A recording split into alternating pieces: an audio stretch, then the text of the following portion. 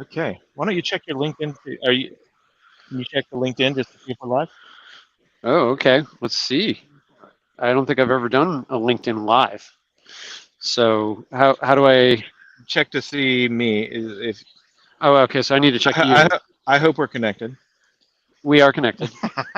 I yes, we are. Okay. So no, not visit your website. Yeah. Oh, there you are. Okay, I see you. Okay. But So, not. but not me. Oh, that's so that's from yesterday. Okay. So I'm just. So I think. Oh, I just need to click on you. Here, right. There There we we are. are. Look We at made that. it. High five! All right. Okay. All right. So yeah, you're looking over here. I'm looking here, and if we mess up, who cares? Who cares? All right. I'm just a prosthetist. I don't know how to do this AV thing. I don't Yeah. have those expertise.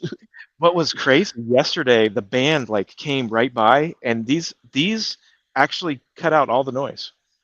These Impressive. these things are amazing. Interesting. Good for you. So yeah, it was. So anyway, I hope you guys are enjoying our my $80 a day internet. So worth it. Definitely worth it. It definitely made it a lot easier, that's for sure. Better than hotspotting. So Uh-huh. anyway, all right. Hey, we are live. The happy hour is going to be starting in about an hour or so. But I'm super excited to have Jeff here with me. And Jeff was a very early adopter of additive manufacturing. Really saw what it could not only do for patients but also workflow for prosthetists, orthotists. And so yeah, I just want to hear a little bit from Jeff of what he's been up to lately. Well, gosh, I mean, and honestly, the answer is workflow. I mean, because I that is where my head is completely in these days, is to figure out, how do we kind of knit these technologies together to be able to get the end results that we want to do. So, there's a few different bottlenecks in a few different places. I mean, one of the things I'm heavily involved with is the AOPA Socket Guidance Committee, so that we can try to figure out a ISO style standard to be able to then have that tested against, so that we can finally prove beyond a shadow of a doubt that these things that we're making in the digital fashion are truly strong enough. I mean, I believe it, but at the same time, it's a belief, and we need to have some kind of metric to test against, to be able to say that seal of approval that yes, they are. And I know the great work that you've done over the years to kind of prove it in the ways that can be proved today, but we want to make that easier, so that more developers can push forward the technology, and more prosthetists can feel comfortable about it. So, and we've been getting great support from AI, AOPA, B industry leaders around the world. We have like people from all the major companies involved with the work group, and now we're officially part of we do sort of heading up a project for the ISO TC 168 committee to investigate this. So as we sort of call a preliminary work item, and we just submitted it. Hopefully, it'll get approved next week. But anyways, that.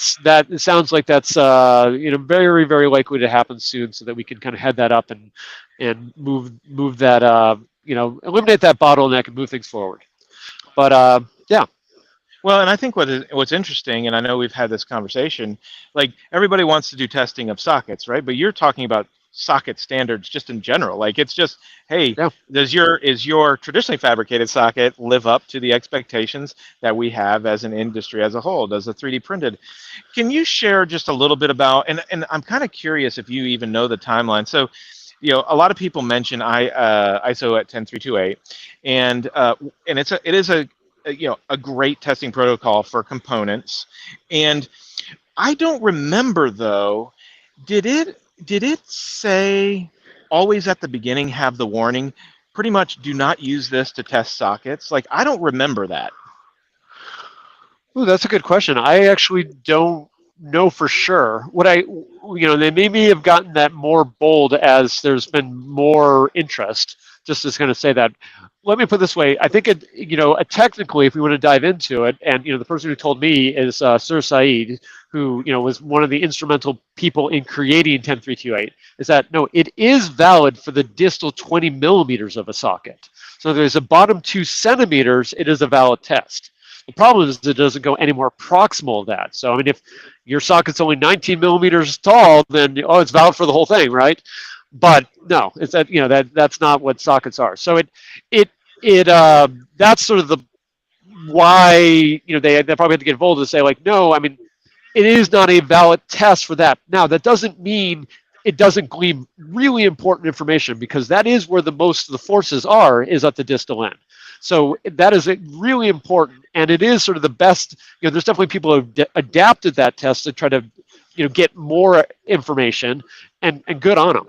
That's what we need to do until we come up with a separate standard. So whenever someone comes to me and says like, hey, this passed this test, I say, please publish that, because that shows that you are doing the work that, to the state of knowledge that we have today, you are doing what we can do. So please continue to do that. What we're just doing is trying to get you more knowledge, because obviously if you did it this time, you're going to turn around and want to do it again next time. So yeah. Okay. So you do a lot of other work, right? So, and I know you wanted to share some of the stuff that you're working on as well. I'd love to hear some of the other stuff outside of the socket guidance stuff. Yeah. I mean, two things. One I'll just say briefly, which is that I've been doing a lot of work with kind of building a mobile prosthetic lab, and that's kind of where I'm thinking about systems on how we can use this sort of prosthetic care in kind of low resource settings. And I don't even want to say low income settings, as I've said in the past, because one of the places that I'm looking at is like very rural Canada, where you could be hundreds and hundreds of miles away from care. So you can literally like fly in on a plane, set up this mobile lab, be able to provide prosthetic care up in there. So we call that our limb kit, and that's something that we're working closely on. And it was sort of initially designed. I mean, the first place I deployed it was in Ukraine, but also originally designed for like Nepal and rural areas there. But then we've been doing some research in Canada at the University of British Columbia, and they're kind of saying to us like, "Hey, have you considered Canada?" It was like, "Oh," and now people are saying like, "Have you considered North Dakota? Have you considered Australia? All these other places." They're not low-income countries, but they're low-resource settings. So we're continuing the work. We're trying to bring that to market, but it's through a non-profit, so it's not like it's really to market, but you understand the analysis. But then also the other thing that I'm doing with that is I've been working with a company called Rapid Liquid Prints, or RLP, because they have developed a methodology of being able to print silicone, and because they do this in a suspension, more or less in a vat of liquid, which is like the consistency of hand sanitizer, we don't have to worry about gravity. We don't have to worry about the effects that we deal with in printing in general, where things are going to start drooping in the nest and would be really problematic, or have been really problematic, in silicone printing. But because it's built into the suspension, they are able to A, not use anything exotic, and B, be able to do these really dramatic shapes. And they are using the same platinum cured silicone that we're used to in the field. It's the same exact stuff. They're just doing it in a different way. And so right, I mean, I have one of their liners, right here, and it is, so they're doing this with kind of a coating on the outside to make it nice and smooth, so it slides in and out. There was a few companies that did similar type process. Theirs is proprietary in the past, but yeah, here's kind of a suction custom made liner. Extremely low cost. This is, I think they're retailing these for like $450. They are running a show special, by the way, half price, for the show special.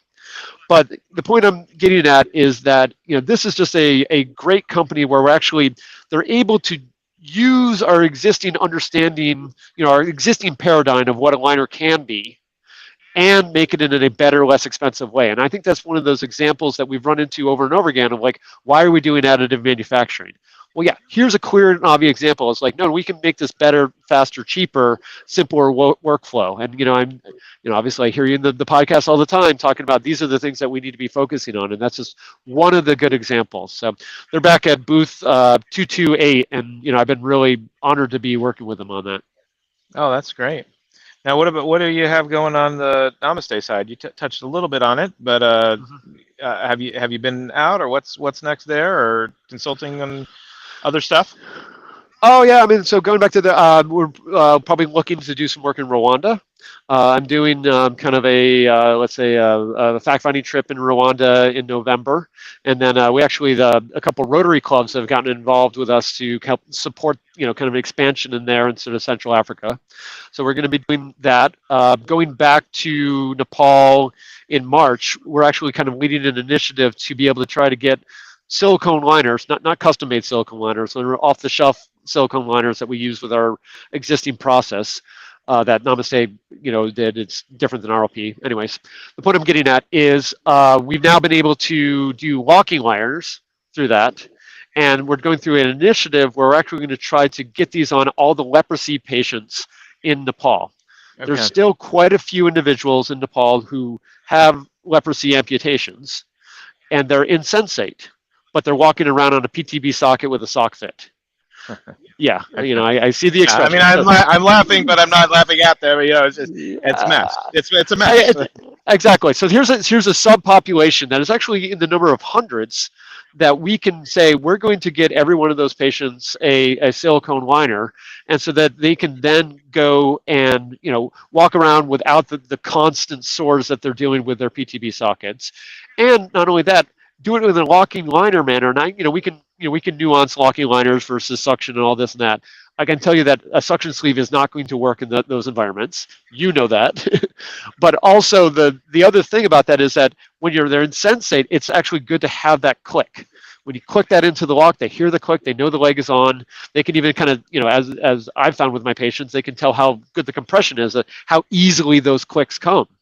Right, so that actually serves well to like a complete protocol where you say this is how we should be treating this subset of a population, and we're going to try to make that nationwide. And got support from GDI Hub, Global Disability Innovation Hub out of the UK and University College London to continue that effort, and they've been wonderful to work with.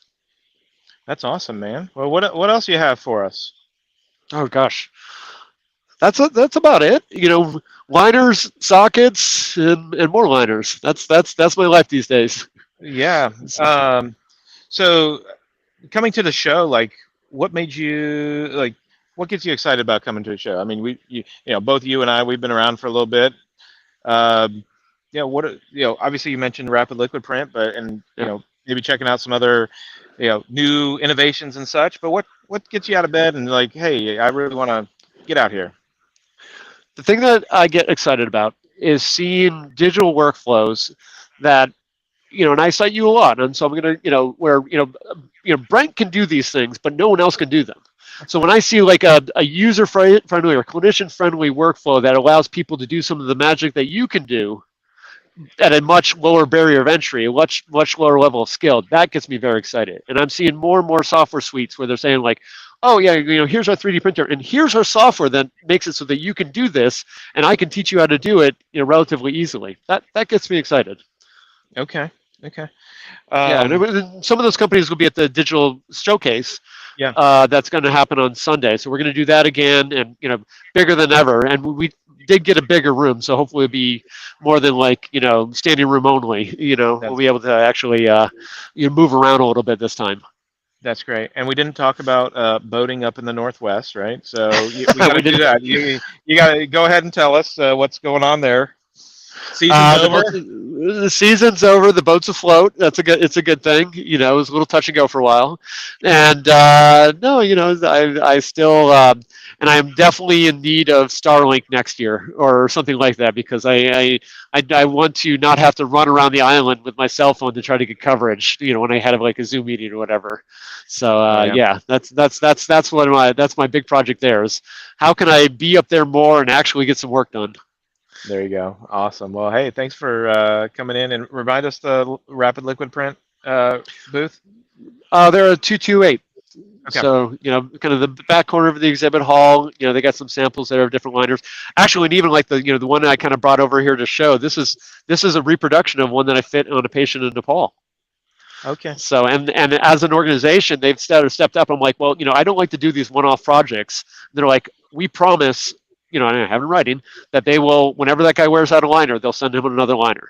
all the way across the country. So I'm like, all right, I'll get you one. You're going to stand behind that, and he's absolutely loving it. They actually put together a really cool video of him walking around on it, explaining, the huge benefits compared to what he was living with before. Okay, awesome. Well, hey, thanks so much for being on, and yeah, keep on doing the good work and contributing to digital workflows and bringing awareness around it, because it's an uphill battle sometimes, isn't it? We're going to keep on fighting. Both of us will keep on bashing our head up against that wall until it breaks. That's right. Yeah. All right. Hey, well, thanks for joining us. All right. Good seeing you. Go here, there, turn.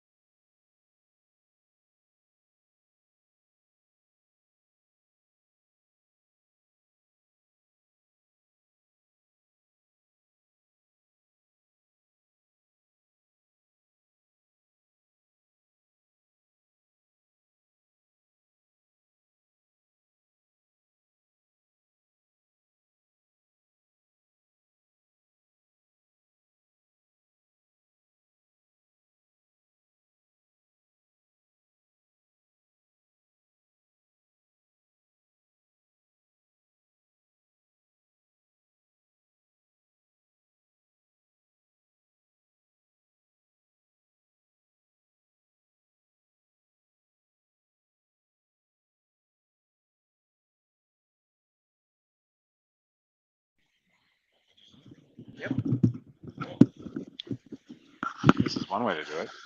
Yeah, here we are. So, can you hear me all right? Yeah, but there's a 2 second delay though.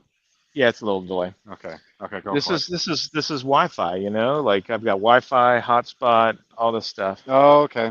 All right, you are forgiven. I've been dealing with it all day too, trust me. We've been doing demos on the Amazon cloud and waiting very patiently for things to pop in. Yeah, yeah. So, I mean, we can look at each other, and I'll focus on here. You can focus there, and then we can do Great. whatever. But anyway, here we are. We are live on LinkedIn right now. Oh, fantastic. I'm so excited. I've been And posting on LinkedIn too once or twice as I can. yeah, anybody you want to say hi to?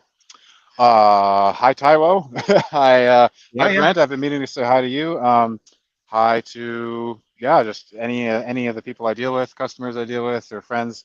Yeah, it's been great being here. I wish I could share more about some of the crazy devices I've seen and some of the prints that are coming out. Have you had anything at the show in particular you've been excited about? It was neat having Jeff on. He was talking a little bit about some of the stuff that Rapid Liquid Print's doing. Seeing all the people, around really the idea of workflow, how to make it easier. Some of the stuff that you're Good. doing in automation is, super cool with the foot orthoses. And foot orthoses isn't a thing that I'm super passionate about, and that, everybody has their own passion, right? But what's neat is there's just it makes a lot of sense for Yeah. additive manufacturing, a lot less waste. It's better for our planet, better for the patients, very intentional. So, oh yeah, we haven't introduced you. So this is Arthur Hobden. hmm I'm yeah, Arthur Hobden, Yeah. Taika So 3D and ONP digital designer, and yeah, anything and all things digital design. yeah, yeah. And so doing a lot of cool things. And you gave a shout out to Taiwo there, and he's doing some really neat stuff in Africa in, not the most ideal conditions, I would say, and he would probably say that, Yeah, but he's doing it, and there's some really cool things yeah, going on there. So yeah. It's more that you can say for some people, especially if he can do it under those conditions, then anyone can do it. 3D printing gives that access point for anyone in settings outside of North America, which can be a challenge because, for example, if you're in the developing world and you want to order a 3D printed helmet, and the only software available to you is from an American provider with an American ecosystem with an American printer that needs to ship an American product to you. By the time you clear customs, pay all the fees and the exchange rate, it's been 8 months too late for that kid to get his cranial helmet, and you've whisked the window. And many devices are like that when it comes to the developing world access. So the distributed SaaS models sometimes and very often don't make sense for underprivileged or underserved areas, and it's important to bring democratized available tools that are in that region for a better price and a better, you'll spend more time, but at least the tools are there. And yeah, it's a great example of sort of the achievement in adverse conditions for sure. yeah, awesome. Well, and share a little bit more about what you're doing with Taika and some of the stuff. I know at a very high level, so you don't have to go super into the weeds, but like Sure. give our listeners and those that are watching online that are missing AOPA what you're up to. Sure. Taika 3D is a design automation company for custom insoles, diabetic insoles, insoles and milling, double-sided milling, FDM printing, or MJF printing. We help large central fab providers in CAD design because their pain points at that scale never revolve around leveraging custom tool sets. It's all about volume, and their pain points around repeatability and doing 150 pairs a day and finding designers who can do a pair of designs every 4 minutes consistently, 8 hours a day for busy seasons in end of year. And it's hard to do. It's a high demand, high turnover uh, position, and it's a quality of life detriment for designers or anyone working in digital. So factory settings really benefit from Taika 3D and the solutions we provide because we do focus on the mass volume pain points in custom orthoses. The reimbursement rates for diabetic inserts and otherwise can be quite low, which means you have to be very, very strong in your high throughput. tool sets to be able to make that a profitable business model. And we're seeing more and more of these large essential fabs convert over to Taiga systems just because of those benefits. They got to focus more of their time on innovation, more of their money on internal processes and improving their design and improving patient care, as opposed to pulling their hair out over finding extra CAD help overseas or otherwise to make that demand possible during the end of year term. Very cool. Well, and talk a little bit about uh, your friends that have the Neptune.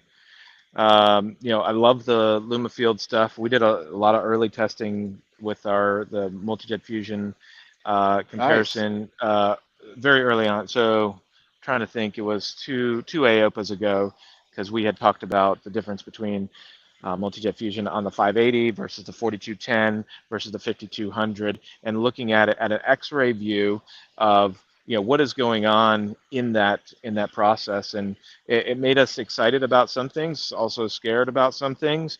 And so it sounds like you're experiencing some of the same things with evaluating these 3D print sockets. I think it's a really neat thing. Oh yeah. Yeah, CT scanning is a whole new level, a whole new thing that just it's blowing my mind. It's improving my work as a designer. It's improving my recommendations. So shout out to Mike Nadata and NY Rehab in New York for buying a CT scanner and having it in clinic for QC quality control on his FDM definitive TPU sockets. He's being really thorough and methodical on making sure that the follow-up and the check-in of these devices he's putting out are safe and they're not degrading over time. It's really cool to have that data, those data points over, after a year's walkthrough to see where your socket is at an integral level down to the micron inside the material. And some of the things he's been able to tune is incredible. Having that data on demand allows him to hold FDM printers to account. It's allowing him to improve his slicer settings to yield better material properties inside. It's allowing him to hold others to account if he's going, decentralizing his manufacturing. And the software allows anyone, and myself included, or anyone he so chooses, to gain access to that repository of data to serve a multitude of needs. It's the opportunity for applying that and improving the outcomes and improving the production is just, to me, it's bottomless right now. We're just now scratching the surface of what's possible.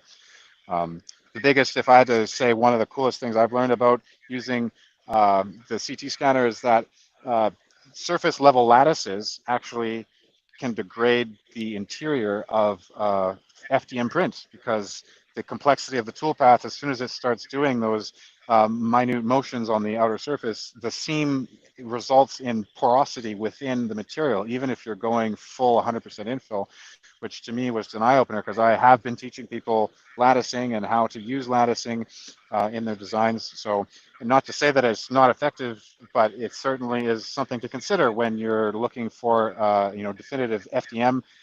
There are limitations with the complexity of geometry that you can apply before you actually get a lack of return or an inverse on return for the complexity. So it sounds like really being intentional on the design and being thoughtful about the tool pathing is really the key to success with the FDM. I mean, Absolutely. I know that seems simple, but it's not. It's anything but that, right? Of course, and most of us have been flying blind for years without this data on infill. We're taking it, taking your word for it that the infill is exactly as specified, and surface finish determined success on FDM for a long time, until now. This has come along where we can start to really see the difference in how those two things relate to each other. Cool, cool, Yeah. awesome, Arthur. Well, thanks for stopping by and coming on. Oh, Last even second, right? We just pulled you right in. It was that's perfect. ridiculous. I didn't realize. I'm so happy to be here. Thank you so much. Yeah, man. Good to see you. Ah, fantastic. All right, and you guys will hang tight just for a second. We'll um, pull somebody else on here. Brad, come on.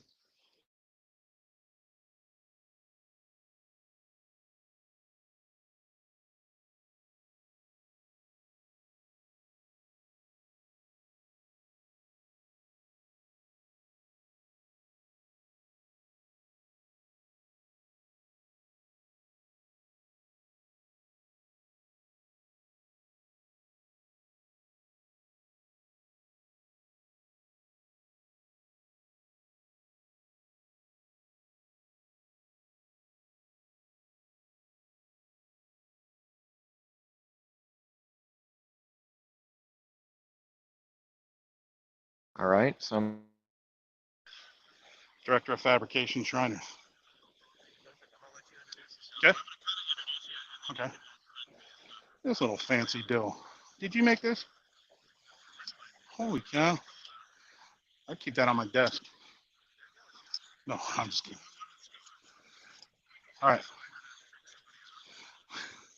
All right, let's do this. Am I supposed to hear you? I don't hear you.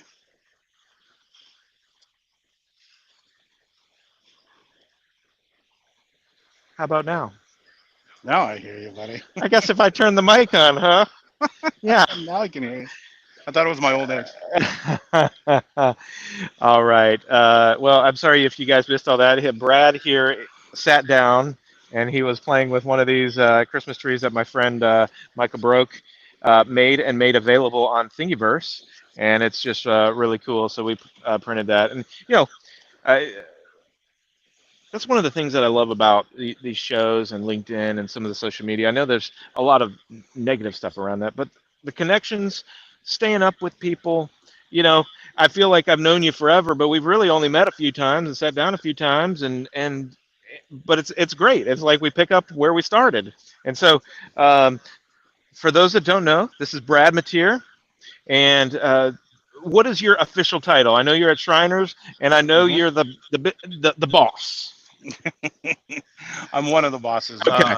I'm very fortunate to be the director of fabrication at Shriners Children's.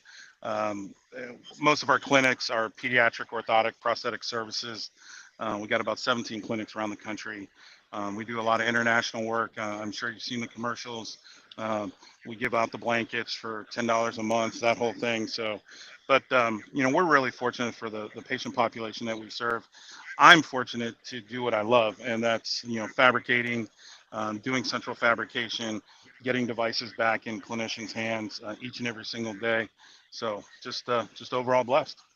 That's awesome, man. And you've been a tech for a long time. You've been advocating not only for that side of like the profession, but people getting involved in the field. Can you take, like, I know you're seeing a lot of new people come into the field, and the technical side is so important. Um, it's a massive bottleneck. I mean, in my opinion, I don't know if it is for you, but from what I'm seeing, it's a massive bottleneck. I mean, how does somebody get involved to become a technician? I mean, I know there's school stuff, but then there's also on-the-job training, right? Yeah, yeah, that's there's a lot of pathways, right? We each of us have had our own little journey on how we got here. But for technicians, typically you find they're kids to me. Maybe they'll be kids to you one day when you get to my age, Brent. But typically kids that are good tinkerers, right? Puzzle solvers, artists. Those are all key indicators of people that typically really do well in our industry. Folks that can look at something, and I use this analogy quite a lot. Folks that can look at something, and if you translate it to an alphabet, they see A, B, C, D, and E, and then there's X, Y, Z over here, and these folks can fill in the blanks, right? Without a lot of hand holding, a little bit of instruction, uh, professional growth, those type things, and then all of a sudden you got a nice, well-rounded technician.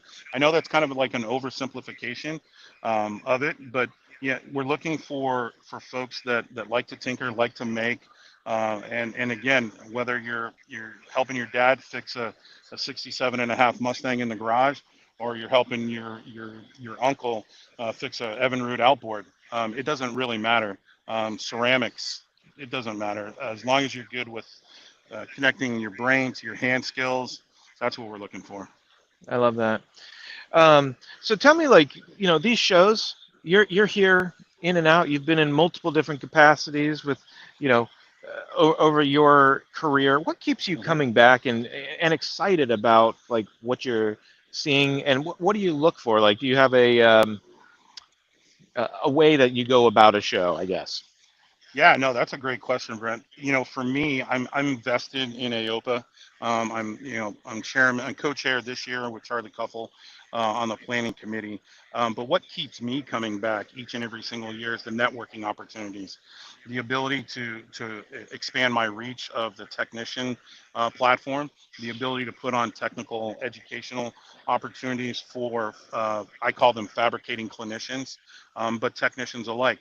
We typically get a decent to better than good draw of technicians regionally to where the show is held, but then we also try to put enough on our program that attracts that clinician that still likes to make stuff, that still likes to get their hands in some plaster, or maybe now utilizing the CAD CAM, utilizing digital technology, and fabricating things. So a little bit of old school and a little bit of new school combined. Well, and I think that's part of the path, right? Because part of, I mean, and I know Shriners is probably a little bit different, but it's still like, what is the quickest way to get some of these things on kids, right? So sometimes you can't wait for a contract manufacturer to do a specific process, and or you have a limited amount of time. Then that's where traditional fabrication shines. Like you can get somebody in and out the same day, and it's absolutely the right way to go. But then you also have these opportunities, and I think you hit on it, is where these are hybrid technology or techniques where you may be 3D printing one part and traditionally fabricating the other part because maybe you can't make this one, but you can make this part cheaper, That's right. and you're putting that together. And I love that, and that's where the key for orthotics and prosthetics. So funny story for you, I was talking to an engineer, has nothing to do with O&P. He just is walking the show, um, taking a look at what is available, what is O&P about, and he said this is his second year coming, and he was like, last year he was like, oh, you could 3D print that, you could 3D print that, you could 3D, and so then he would engage in a conversation, and he said he was talking to somebody that was doing TLSOs, and they were like, well, how long does it take to print a TLSO? And he's like, 8 hours, 10 hours. Sure. And they're like, well, it takes us 8 minutes to carve it and about 20 minutes to pull plastic. And he goes, probably not the right thing to print. know your limitations, right? Yeah. Well, and these body jackets, especially with skilled technicians, Hmm. um, they come out beautiful, and they're one piece. They don't have line, all these Yeah. things, and they're cost effective, quick. Hmm. So this idea of traditional fabrication being dead, I think like Oh, that's it's the hype of that. I think we just need to say no, but it's how are we being smarter and how do we make sure that we're using our technicians in the most efficient way so we're not tying them up doing a highly intensive thing that only they can do. Like maybe they're doing 5 things a day instead of the one, and then you 3D print that. you click on you pull a lever that's really personal to me, and that is technician efficiency. You know, teaching lean concepts in the lab is really critical for our success. But the one key takeaway from that I am taking from what you just said, Brent, is the evolution of the technician too. The traditional technician from 20 years ago is not today's technician. And I can tell you, as somebody that has helped write the ABC exam for technicians, being the chair of the technical committee, our future technician isn't the technician that you see today. I firmly believe that our technician of tomorrow will have a skill set that includes additive manufacturing, digital technology. We say CAD CAM now, but it'll also be under the umbrella of the O&P assistant. I firmly believe that the future of our industry is critical to grow the O&P assistant credential. Um, when I say the O&P assistant, that also encompasses the technician credential, because as an assistant, the technician certification is embodied in that position.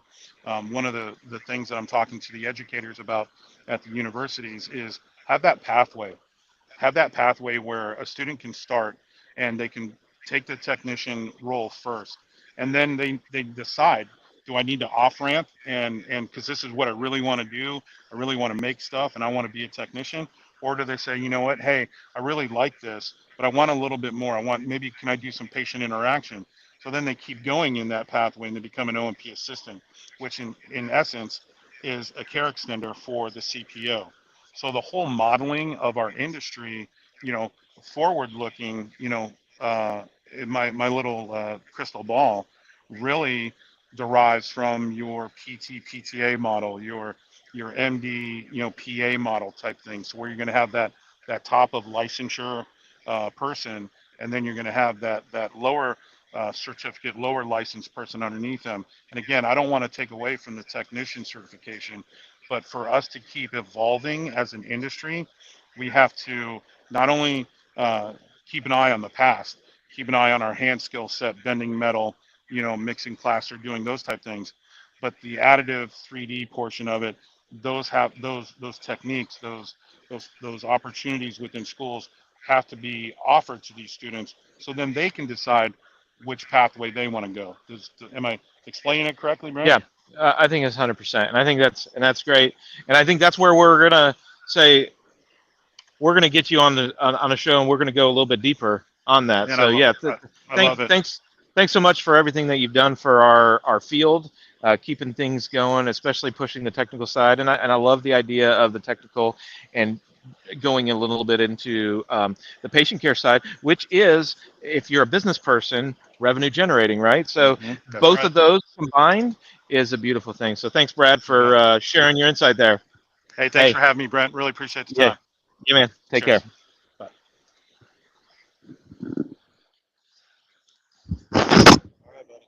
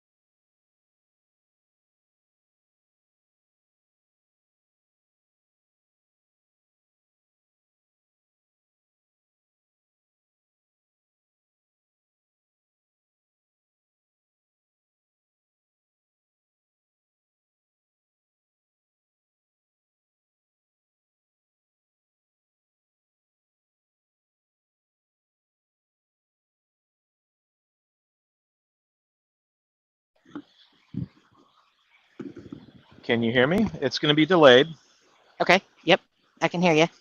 And it's And it's delayed. delayed. So this is my $80 a day internet. So there you go. Okay. I can work with it. I can work with it. Yep. So you are going to be here, so you can Okay. watch over here. Yeah. I'm actually going to tilt you Don't have down my just a glasses little on, so I bit. can't actually watch. But So in this area, and then we can talk here, but it just looks weird on the screen. So Yeah. It's free flowing. We are live already. So Okay. Great. this is Eve Lee. What is your official title? My official title is Executive Director of the American Orthotic and Prosthetic Association. Okay. And we have not planned any of this. In fact, this is Nope. probably close to the longest conversation I've had with Eve. So And I'm looking So- forward to it. yeah. Yeah. Hopefully many more. Hopefully many more. That's right. Well, what do you think of the 3D printed chairs? Is it? I think they're incredibly dynamic and cool looking. Yeah. Very cool looking. And Did you design them yourself? I didn't design them, so I have a friend that makes furniture actually, and this is Like that's their job? yeah. So they have Love this it. massive robot that prints this different furniture, but they like print front office furniture like desks. It's incredible. They're a division of Dive Design. It's called Decibel Made, and they yeah, it's amazing. Well, it's not only dynamic to look at, it's actually very comfortable and really neat to sit in also. So well done. Well done. Please pass along my compliment. Well, and it's been neat. I think like when I have not here, people actually just like, oh, this is interesting. Yeah. Can I sit them? Yeah. Yeah. I'm sure. And how can I get these for my home? Right. And is this the first time something live has been done at AOPA, or have you guys done this kind of stuff in the past? So I don't believe we've done live podcasting from the assembly, at least not in my tenure. I've been executive director since 2018. This is my 6th assembly that I've attended. And I don't believe we've done live feeds. So that's pretty exciting. Okay. So Seems like a misstep on our part, actually. Missed opportunity. well, it's been neat. I mean, people are so willing to sit down and talk real quick, and the reality is, a few minutes they get an idea, and I think it's going to be neat. And what I'm going to do with this is I'm going to tighten everything up, and then I'll like actually create small videos Like snippets. after the fact. So I think Okay, that'll be yeah. that'll be fun. So You know why I think people are so excited to sit down and talk to you is because I really do think people love this profession. And I think they're really excited to kind of be around people that also love it. So that's my guess, is that people want to share that excitement with you. yeah. Well, it was funny. We had a bunch of people that were 3D printing, and they were like, "Hey, is this kind of the nerd corner? Because that's Yeah, I must was be. like, I fit well, right in. yeah, I yeah, fit right pretty in. much. That's right. That's right. I'm So- happy to be in the nerd corner. That's right. So, well, tell me a little bit about how you got into the field, and Yep. then after that, I want to ask you a question about 2020 and COVID. Yeah, absolutely. So I am an association executive. So I have worked for healthcare associations my entire career. So 30 plus years, where I've worked for provider groups, I've worked for physician groups, I've worked in healthcare, changing practice, improving practice in the delivery of care on behalf of patients my entire career. And so when an opportunity came on the nonprofit side, on the association side, so supporting members my entire career. So the opportunity came to my attention with AOPA, and I was like, that sounds super interesting. Before that, I had no exposure to O&P. Like many of us that say, I just kind of fell into this profession. Right. And lucky for me, I certainly did fall into this profession, and it has been this wild ride ever since, where I'm able to kind of do what I love to do what I really do best for such a dynamic profession. So that's how I got into it. I just kind of, like a lot of people, fell into it by a happy accident. Well, I think this is important. We have a lot of people that listen to the podcast, that are wondering how they can have an impact on patients, but they're not clinicians. And so I think I mean, I know not everybody can be an executive director, but we've talked to technicians. I had a machinist on the other Yeah. day that does machining, and there's so many avenues that go in behind the scenes to make all this work, right? You've got to Yeah. herd the cats. Yep. You've got to get paid. You've got to make stuff. You've got to be That's right. clinicians. You've got to have vendors. You got to have marketing. You have to have awareness, and it takes all types of people to make that happen. And ultimately, we want great patient outcomes. So I think it's so awesome, like that you came in really from a non-clinical side. Sounds like even non-medical side, and Yeah. and jumped in and having that perspective because things have been done. We're heavy in tradition in Yeah. O&P, right? So Yeah. Absolutely. people don't believe that I've been around for a while, but I've been around for a while, and I've worked with some people that are no longer here, that have gray hair, that have retired, and so that tradition is with us, but we've got a new path to move to. Yeah. So I'd love for you to just talk a little bit about that. Yeah, well, and that's happening all over healthcare. This kind of new generation of folks that are in it for the same reason, but really have very different values and very different kind of expectations for how they're going to interact with patients and how they're going to interact in their work and how that's going to impact their personal life. So, we have to adjust. I think that you're right. We have such an important legacy within O&P. When I came on board, O&P was incredibly welcoming to me. And as an outsider, right? And so we have an important legacy that we want to learn from, we want to hold on to, we want to continue to kind of project, but we also have to adapt for those younger people that are coming into the profession, to make sure that we are speaking their language, for lack of a better word, that we're not stuck in our old people, and I'm pointing to myself, kind of, legacy values, that we're not trying to project that onto these young people that are really going to carry this profession into that next level that we're really trying to get to. But you're also absolutely right in this idea that it takes all kinds of people to kind of make this wheel go round that is O&P. And so we don't want to lose this legacy. We don't want to lose what the new people are bringing. And so there's just a lot of inclusivity, we'll say, that we need to all kind of have, this open mind that we need to all have, so that we can churn this profession forward, maximize the value that we bring to patients and bring even more people on board. So it is a lot of herding cats, but there's no other better work than what we do. There's no better work than what we do. I was talking to a gentleman last night who is a technician and works in a fabrication office, and he came into the profession in his 50s. He's like, and he brought an intern in as a high school student. Is like, man, I wish I would have gotten this in high school. So, but we all bring value. You know what I mean? He's so excited to be in this profession at this meeting, around all his colleagues, and he's in his 50s. He's only been in it a couple years. So, there's a place for everybody here for sure. Yeah, what a story, and that's pretty neat. And I think there is a sense of accomplishment and the helping of people and all that is so important. But I think we're up against a couple obstacles, right? So we have some of the residency stuff. We have some pay stuff that's going on. And I say going on is we're just trying to work through it, right? So We're just trying to, exactly, yeah. Navigating all that, and one of the things that I from the outside looking in, and I'm on the low level of the AOPA stuff, right? So I'm learning, I'm starting to see more and more. But the bottom line is, like, when I went to the leadership meeting, is everybody wants the best for the profession, but everybody's going to have to pull. And then we also know that there's a need for young people to step up as well. And it's going to be a hard thing, but AOPA is willing to have some of those discussions and put some of these people together to make a difference. And so I'd love for you to speak on that a little bit, and then also then touch on how you are also looking to consolidate some of the things, like the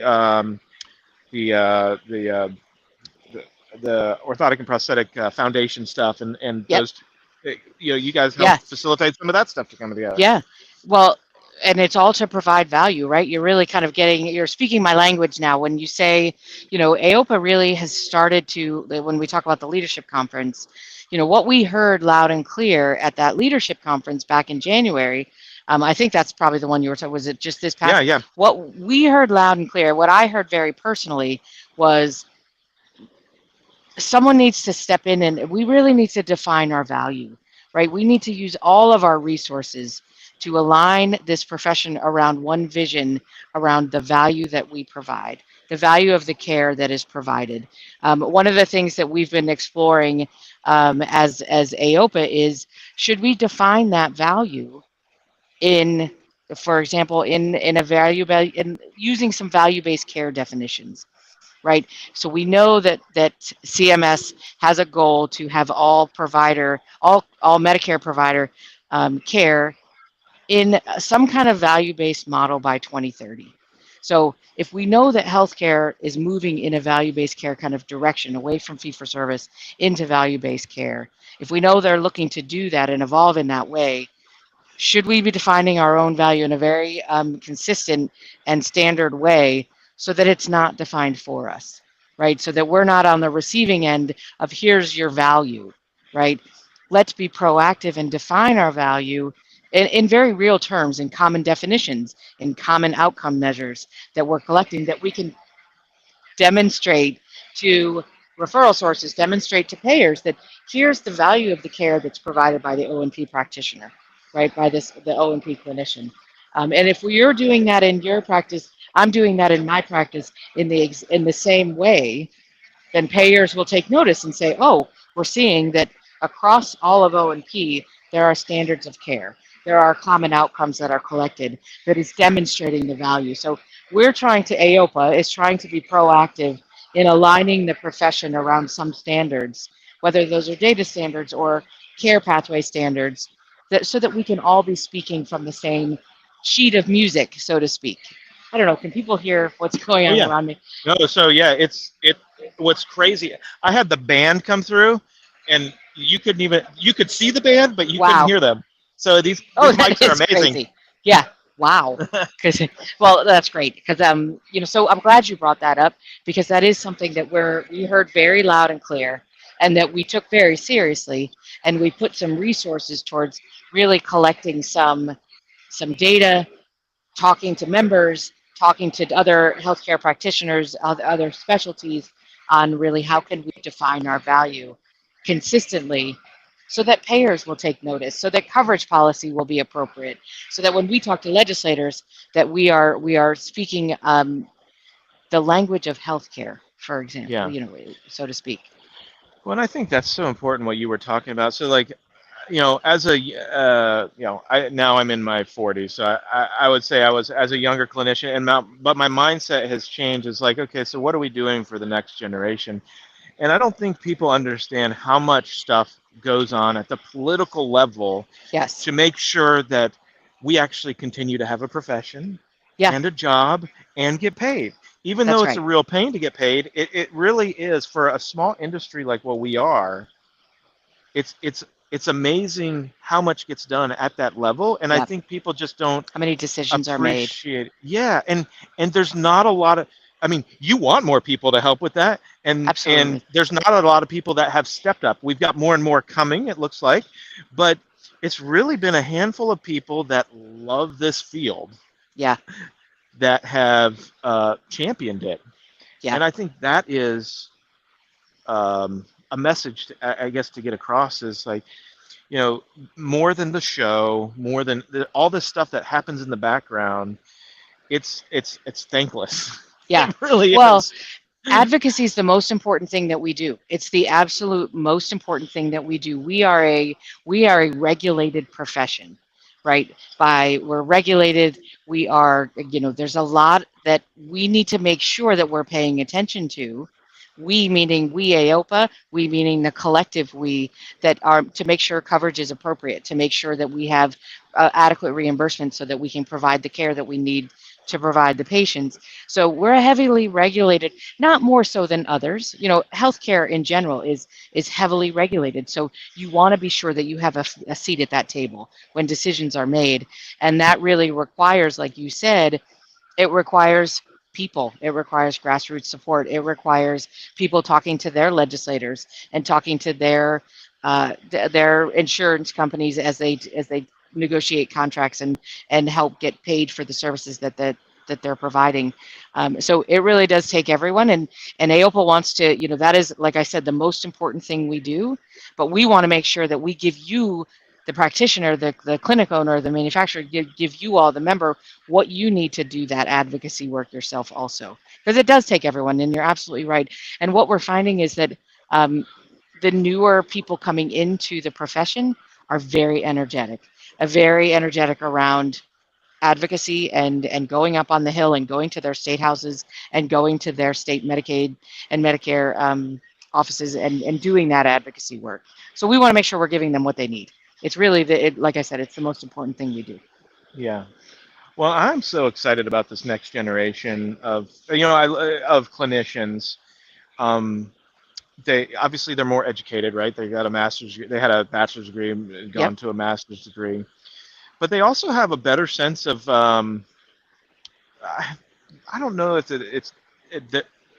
I want to say their worth, but they also want to play Yeah. and they want to work, and there's an interaction of that. And I hate to use work-life balance because I think that is like so cliche. And but you run into the old school type of process, like I was up at 5 o'clock, pouring casts, Yeah. and then I didn't leave my office till 11 o'clock. Well, I got news for you. This new generation of clinicians not interested in that, and it's with the mental health stuff. And a Yeah. lot of people poo-poo the mental health stuff. It is a real thing, and we've got to Absolutely. protect these young clinicians because the demand for our services are going up, and the amount of clinicians, I mean, we've got people retiring. We don't have a ton of education. That's right. So if we're here, that's maybe great, but we need to be up here. So We won't we stay here. It won't stay like that. It will eventually yeah. start to, yeah. So we have to protect these Yeah. new clinicians coming in, and help people remember that it's the first, when we first get a patient, that feeling, we want Yeah. that feeling to stay That's there right. when you're 20 years down the road. Yeah.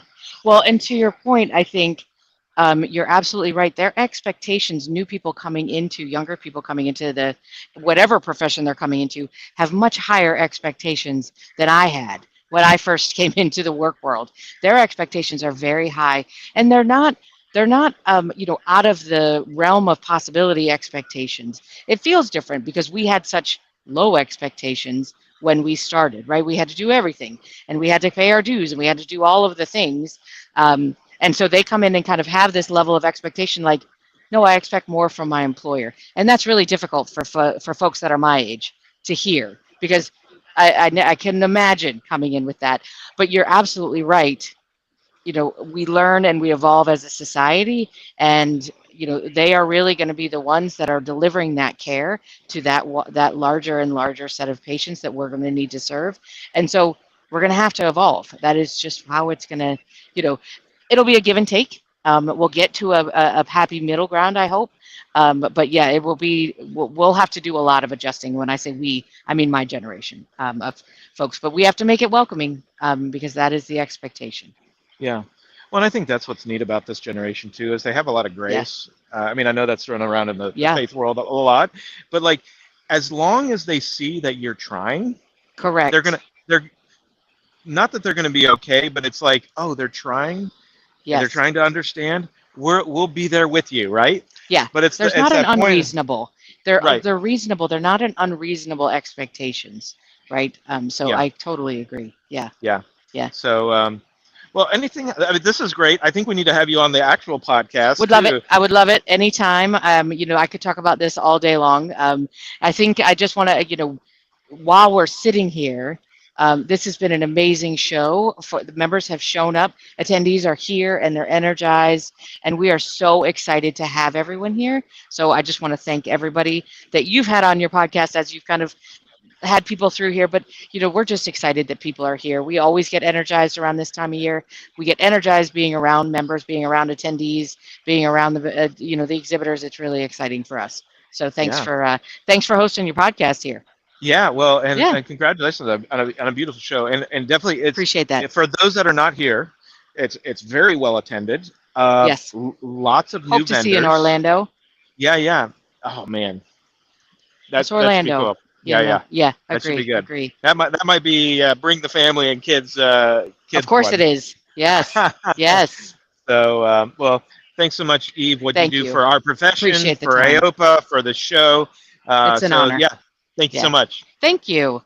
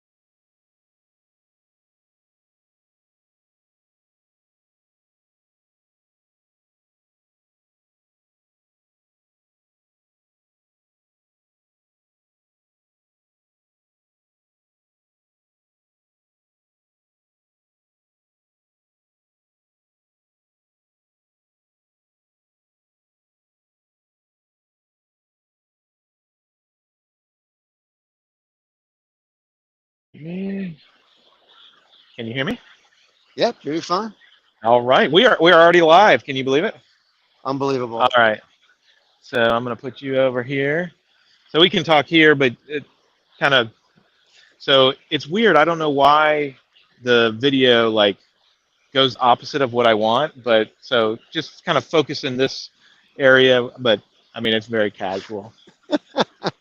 That's all you're gonna get from me is casual. You should know that. What do you think of these chairs? So, I Mark, think okay, so this is Mark Masloff. He's the president of and owner of BioSculptor Corporation in Florida, and been in digital a long, long time. So there's, and I'll let him introduce them a little bit more. But now let's get back to the. What do you think of the chairs? I think the chairs are great. I said it jokingly, did you print them? But he actually did, or someone he's affiliated with. So, and he's Yeah. got this really cool toolbox down here Oh, also. It's just kind yeah. of Yeah. So and then we got some trinkets if you get bored, you know. So very nice, very nice. So how's everything going? How's all your presentations and shows so far? well, you know what's been fun about this show is I haven't had to do a whole lot. I mean, I'm moderated. I'm doing some of this, and I have a little bit of 3D printing, but people seem to not want to hear from me, you know, in the presentation realm anymore. So I got to go live, you know, in the AOPA booth or something. So There's a bunch of people that are out here broadcasting live and showing what's going on, which is good because you don't have to be here and you get a taste of it, which is nice. yeah, I love that. Well, I'd love to hear a little bit about what you guys going on. And so for everybody, where's your booth? So our booth is 201, which is way back in the corner, but we're right across from Oser, so you can easily find us. Okay. Okay. And so, And go ahead. yeah, what do you have going on? So we have a lot of the same stuff we've always had because we've been doing this for quite some time, as you mentioned. We manufacture foam. We integrate a lot of the technology that's in the field clinically as well as from a fabrication standpoint. One of the things we have new at the show this time is we have some adjustable brims for scanning, casting, measuring for transfemoral, which is really a neat concept. We've been working on it in many different iterations for several years now, trying to find something that is easy to use and gets good results and allows people to get a really good design quickly and effectively. And we've come up with some brims, like I said, that can be adjusted. There's 3 sizes, left and right, small, medium, large. Allows you to do pretty much the full range of most of the patients you're going to see. And it's a brim that really allows you to get it on the patient and allow them to feel what the socket is going to fit like before you even make it. Once you get it into the proper orientation and location, you only take 2 measurements. And then you can either scan it or from that information, we can make a check socket or send you a model back so that you can fabricate it or print it or do whatever you'd like with it. And it's a pretty neat idea. Well, I love that, and it's funny, and we always joke about it. You give 3 prosthetists tape measure, you're going to get 3, probably even more than 3 different measurements. So it's Very true. never consistent, and every patient is different. Are they firing their muscles, not firing their muscles? Are they more tissue, firm tissue, fluffy tissue? All that. So I love the idea of being super clinically relevant in the brim style. I mean, really, because I've been doing some research into 40s, 50s, and 60s, like transfemoral design. Actually, it goes back to the 1890s. But so many people are. So what's crazy is these mics are so good, it cuts all this out, but I can't think over. I know. So, but having clinically relevant solutions in the brim is such a win. So I do that a lot in Guatemala. I hack up on some old ISPO brims. There you go. Really, really great success. So I think it's it's a nice. really great I think it's nice because it gives you a verification right there of the fit that you're going to get. And because we have those models and the brims were generated from computer models, we have the ability to put them back together so you know what you're getting when you put the brim on. And then if you can't scan the full amount, because of some of the geometry we have built into it, we can easily align that digital model on top of it and fill in any of the blanks of what you can't scan, because it's the same shape that Jackie just put on the patient and verified that they're comfortable, it's oriented right, and it's fitting, and it's allowing you to get like almost a pre-fit of the diagnostic socket. So it's Yeah. very good. It gives you very good Okay. feedback. Okay. Yeah, and share a little bit more about some of the other stuff that BioSculptor does. I know you've been around for a while, but sometimes I tell people like some of the scanning and the helmet stuff, and they're like, BioSculptor, I've never heard of it. And I know that like our business is always good, right? So the more business is always good, but like, can you share just a little bit about maybe some of the history, and then what you guys are doing that is kind of your bread and butter? So BioSculptor is kind of made up of a group of companies. It was started, the group of companies started a long time ago, back with Arthur Finiston Clinic, which was Alan Finiston's father, and Alan Finiston took it over, and he's no longer involved with BioSculptor Meramed, but he still, believe it or not, practices clinically, as he And goes off calls me into his frequently. but yeah, so Meramed Orthopedic Systems, which is fracture braces, splinting, immobilization devices, all prefabricated. Company's been around since 1972. That's part of the group with BioSculptor. So we do production thermoforming for all kinds of products, not only our proprietary products of Meramed, but also contract manufacturing for a lot of other medical companies, as well as other industries, the automobile industry, armored vehicle industry, sporting goods, office supplies. We do a lot of outside work in that industry. And then BioSculptor, which was really a CAD-CAM system and developer of CAD-CAM technology, we've moved a lot into materials as well. So we do a lot with polyurethanes, both rigid polyurethanes, as well as flexible polyurethanes and self-skinning urethanes that we use for cosmetic covers and other cosmetic products. And then, of course, the rigid foam we use for cutting inside the mills and robots. So we have a lot of different product lines just out of the result of being in this industry for so long. We've had to change and reinvent ourselves. So we got a lot of bits and pieces and a lot of capabilities and experience behind what we do. But it's a lot of different things. Certainly not a single product to describe. I don't think it can be done that way. No, and what's interesting though, like, and I don't, you kind of hit on it, but you do have a software too, and while the software is super powerful and gets you all the clinical information that you need, so like so we do a lot of pediatric helmets, so the helmet stuff, but we just started using, and I know this, it's been around forever, but the by measurement AK stuff. So we've been doing the by Right. measurement AK stuff, doing some scale type of things. Like Right. I just, I just had a clinician. They gave me a circumference, and they said, but it's kind of like a football shape, so like real nice, and so I put that circumference in, narrowed everything up, and got a couple, and she said it went great, and I was like, wow, It's this is amazing, right? fantastic. Yeah, yeah.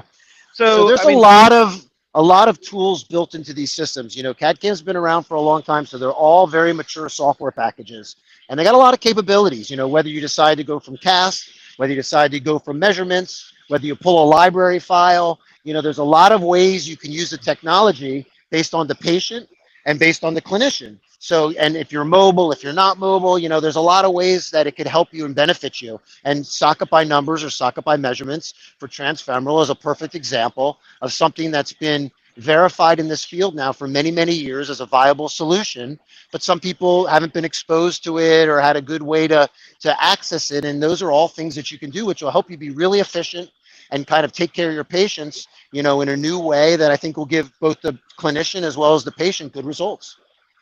I love A that. perfect example. Yeah, yeah. Yeah.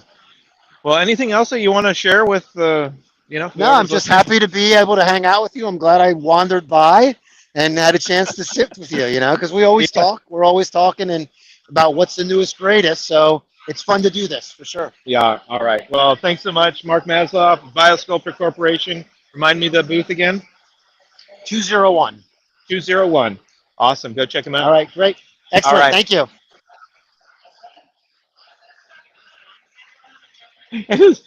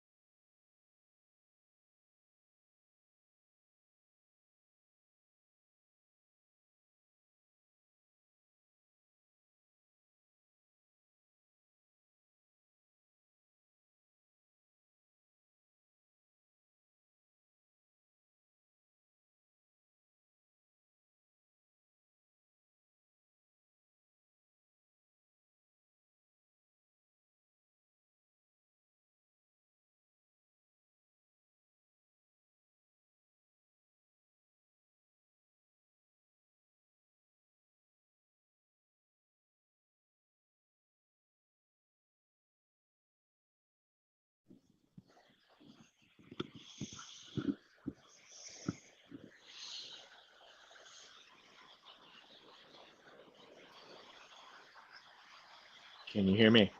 I can. Can you hear me? I can. Awesome. Here we are, and we're live. All right. So, I mean, yeah, that's right, live in Charlotte. We've been live for an hour and 38 minutes. So I've been like, it's been really fun. Good. So anyway, um, Mitch Dobson, what is your official title? I know you are part of Hanger Clinic, but then also you do a lot of stuff for AOPA. This is the longest conversation I've ever had with Mitch. So, but here's to many more. Yeah, awesome. Well, so for my day job, I work for Hanger. I'm the Chief Compliance Officer and a Senior Vice President. I oversee all the different aspects of what we call enterprise compliance, which involves audits and compliance operations, exclusion checks, due diligence and acquisitions, enrollments, those sorts of things. So it's a pretty broad team. We've got a lot of those functions that, handle that for the entire company. So that sits under my purview, and so that's my day job. My by night, the Batman routine didn't work out, so by night I have volunteered for AOPA. I'm currently the sitting president of AOPA. Have served AOPA in some voluntary capacity for, I believe, almost every year for about 20-ish years, a little more than 20 years, 23, I think, 22, 23 years. Started with the AOPA Coding Committee. It's now the Coding and Reimbursement Committee, a long time ago. And so I've had a wonderful run of volunteering with AOPA. That's really neat. So what keeps you coming back? I mean, you've been involved with AOPA for a long time, the industry with industry profession for a long time. Like, what gets you excited about some of these conferences? What keeps you coming back? Sure. Well, from a conference perspective or from the assembly, I mean, seeing people, right? I mean, this is an industry that is about people. It's for people. It's very impactful at a very personal, very human connection level. And so even competitors in this space, I think, are very cordial. They are supportive of kind of the rising tide, raises all ships concepts. And I do think that's an important role that AOPA plays, honestly, with that, is to make sure that energy, that I guess I'll call it professional camaraderie, is channeled in a direction that's positive. It's channeled into policy change. It's channeled into regulatory change. It's channeled into development of policy and to advocacy on the Hill or at the State House level. So it's the conventions are kind of a component of energy for me. But I think it's where a lot of work is done, a lot of strategy is meted out, so that for the year to come, we can make positive change that impacts both the provider, the O&P provider and its support functions, not just that business, but the suppliers and the manufacturers that they partner with, but also it's a wonderful way to connect in a great profession. So it's good stuff. Yeah, really enjoy it. I mean, one of the things that really stuck. So I went to my first leadership thing this past January. The leadership conference. Yeah. And I just really had a great time. And I think one of the things that I think is really important, and the way that I describe it is, so COVID year, my family and I went on a RV trip across the country. So we homeschooled our kids, or they finished their school online, and then we homeschooled them the following year, and saw this beautiful country. Right? You don't get to experience the country really without seeing it. Pictures kind of do it justice, and maybe you can watch some videos and such, but I think that if people actually took the time and visited our whole country, we would all be much happier, appreciative of this great nation, right? So, and that's not a political statement at all. It's just the joy that I found in just the different pockets of the population. And I think the same thing happened to me when I was at the AOPA conference. You always hear about, is there like this curtain that all these people are behind, or what is happening at the lobbying and legislation? And what I saw is a bunch of people that care deeply about our profession, and there is a lot going on, and we have only a few workers. Is that a fair statement? So Very fair. there's room for improvement of involvement of my generation and younger of clinicians to be involved and make a true difference with people that really care about our profession. So sometimes you think that the people that are driving the bus are not are connected to our field, and that's what I found the opposite to be true. And I was like the one that wasn't connected. And it's if you're not involved and you're not helping to be part of the solution, then you're going to feel that disconnection. But once you start getting involved, I think you can see the profession in a different light, and you can see kind of where things are moving. So, very exciting to see that. So, I just wanted, what are your thoughts about people getting involved with the AOPA? And there's so much that's going on, but it really takes everybody. Yeah, so the biggest initiative right now that really takes a lot of effort because it's state by state is our So Everybody Can Move. Excuse me, So Everybody Can Move effort. That is something that you can get involved with in your individual state. AOPA has a lot of resources, state toolkits to be able to help the states, the people in the states, the ONP professionals, connect with patient advocates to be able to go to your state house and enact legislative change that gets patients activity-specific devices. I mean, we just wrapped up the Olympics, the Paralympics less than a week ago, and we're seeing these young people compete, and they didn't just one day start competing and become Paralympians. Many of them have been running, jumping, etc. for a decade before they ever get to this point. And most of those devices weren't covered by insurance. They got sponsorships. They got out of the goodness of the heart of many of the people in the profession, got them to a point where they could start running, competing, etc. And so Everybody Can Move is really a grassroots effort that puts the ONP professional in contact with the patient advocate and empowers them to go meet with legislators, to go meet with the right people at the state house to enact change. So that's the biggest kind of call to action that we have. Now, obviously, AOPA has lots of committees. There's VA committees. There's the coding committee, which I talked about. My initiation into AOPA volunteering came through that. So there's a lot of different committees. There's committees to put these events on. So there's chances for people to raise their hand, and it is amazing because if you do, you're going to be put to work. You're going to create maybe a whole new network of peers.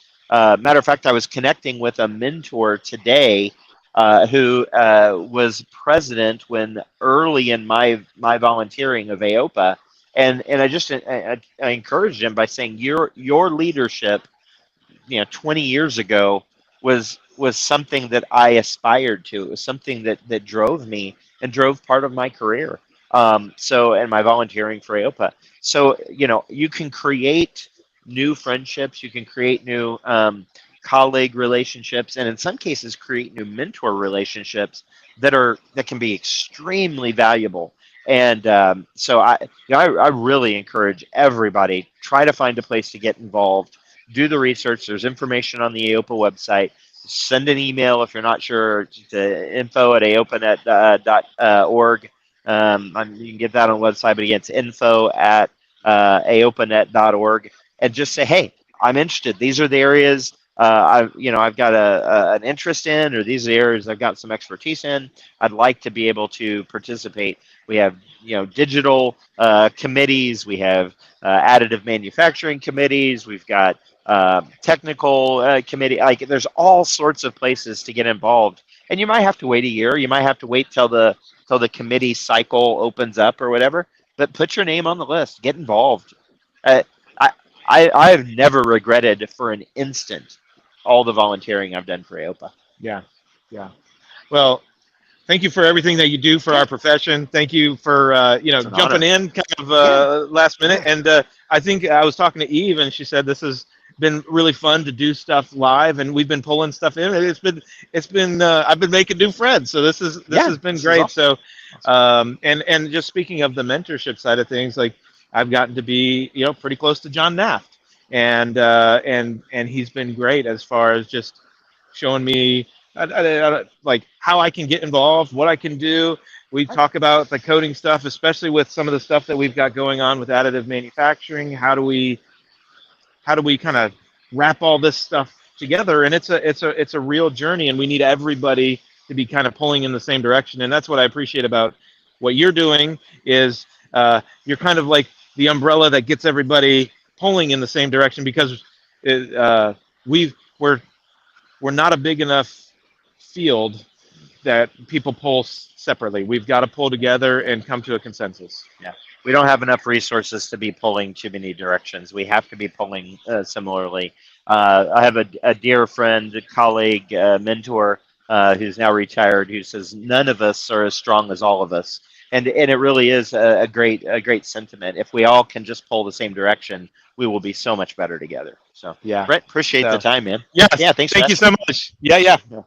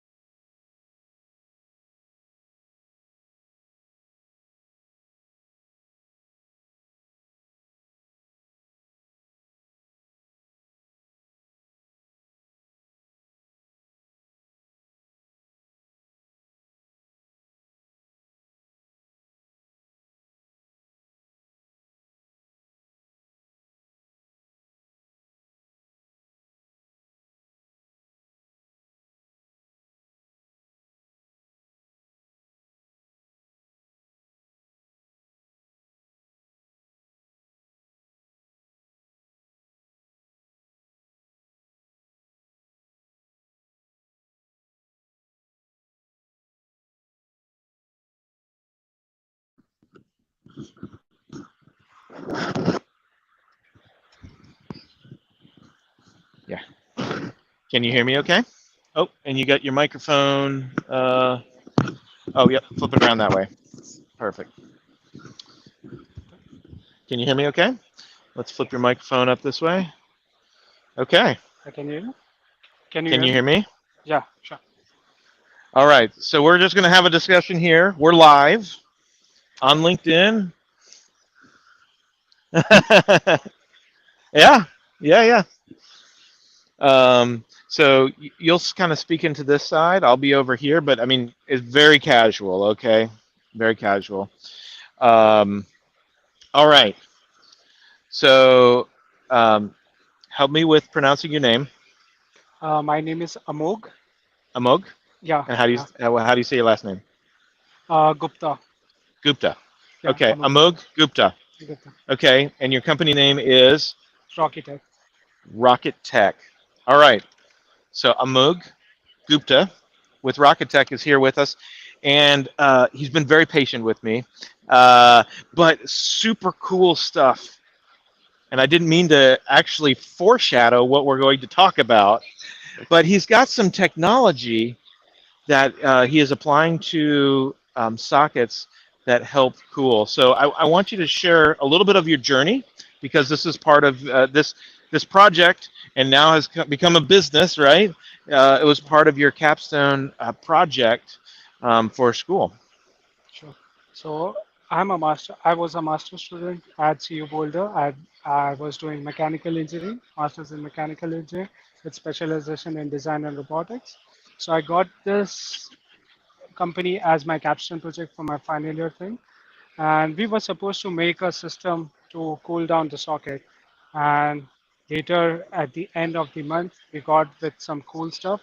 We built an actual cooling liner, which cools the socket within seconds.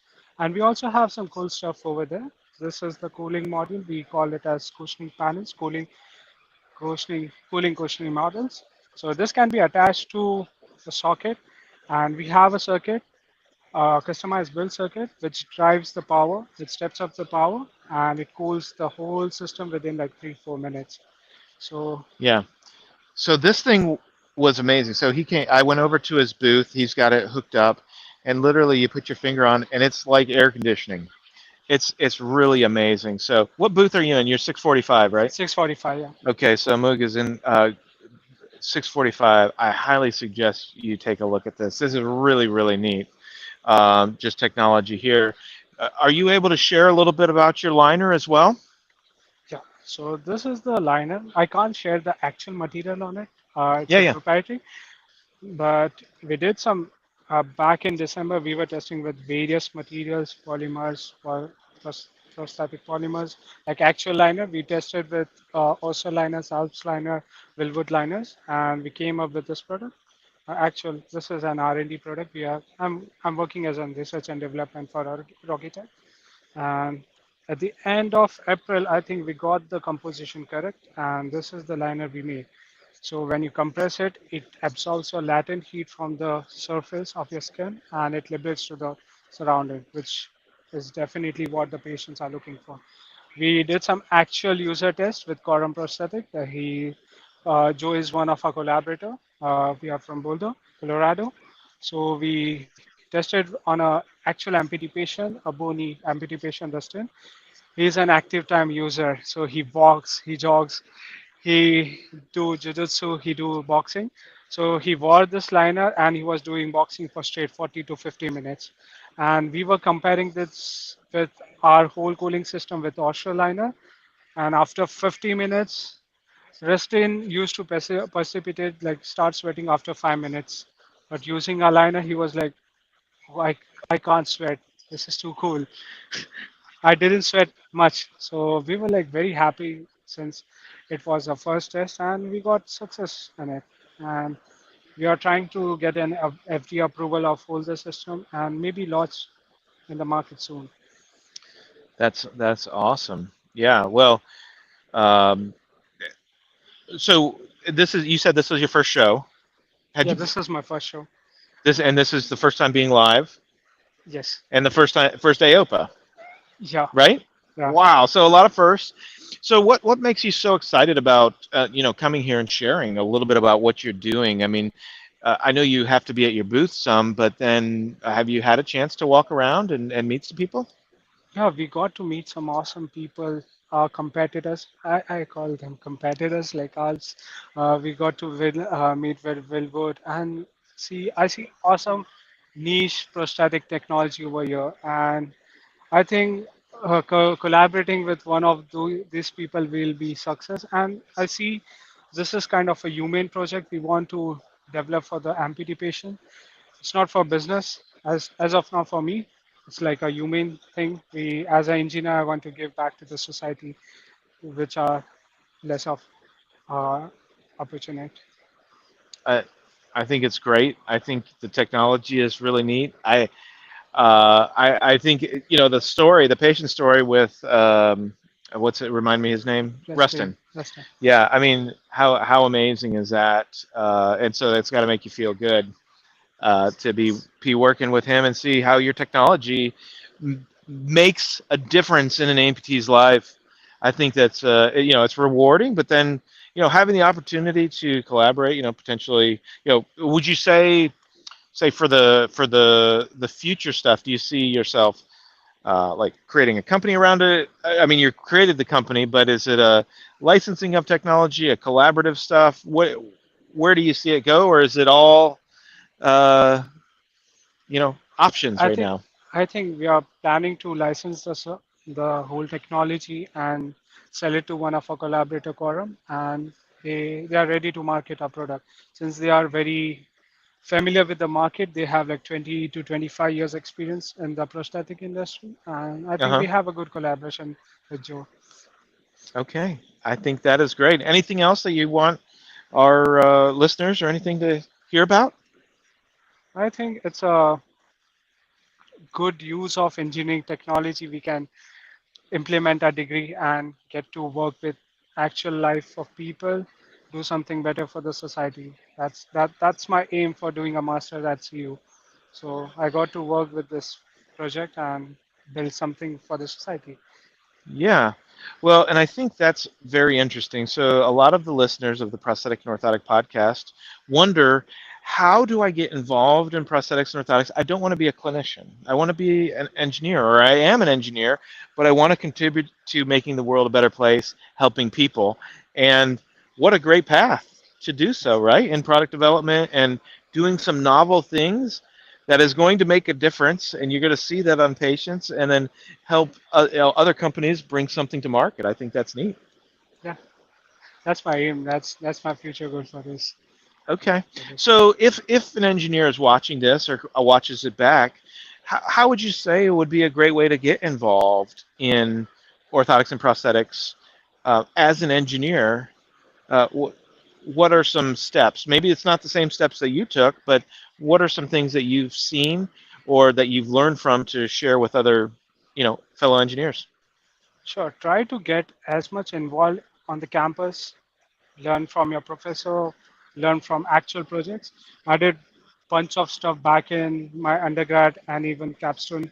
This I had like multiple projects. So you once you are getting hands-on project and get to know about the people, know people, their problems, then with an engineering mindset you can solve the problem. And I think that's a good way for the engineers to do that. Yeah. Okay. Well, thanks so much for coming on and sharing your story, sharing your company story.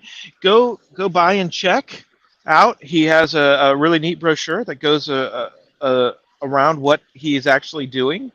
And yeah, check him out. Let's see if you have a website on here.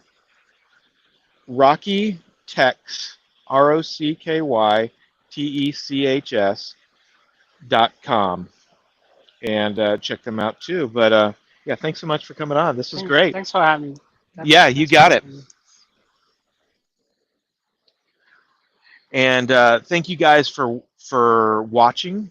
Happy hour is over, which means that we're going to get kicked out of the session here.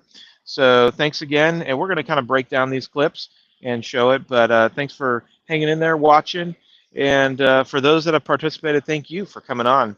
This has been really great. Have a great evening.